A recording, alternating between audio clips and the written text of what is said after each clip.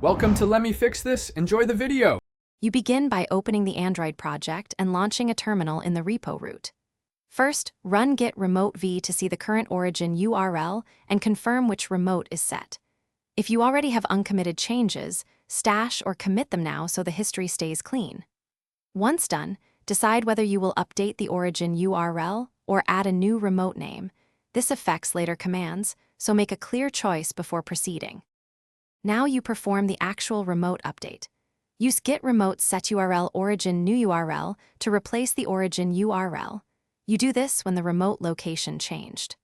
Alternatively, add a separate remote with git remote add new name URL if you want both URLs.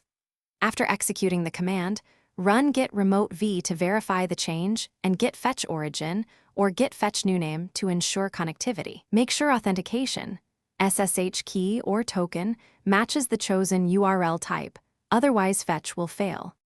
Finish by pushing a branch to the updated origin with git push uorigin your branch to set up stream. If you encounter authentication errors, check that your SSH key is loaded or use a personal access token for HTTPS. Update credentials in Android Studio settings. If you need to tidy remotes, remove old entries with git remote remove old name. One key troubleshooting tip: if pushes still fail, run git.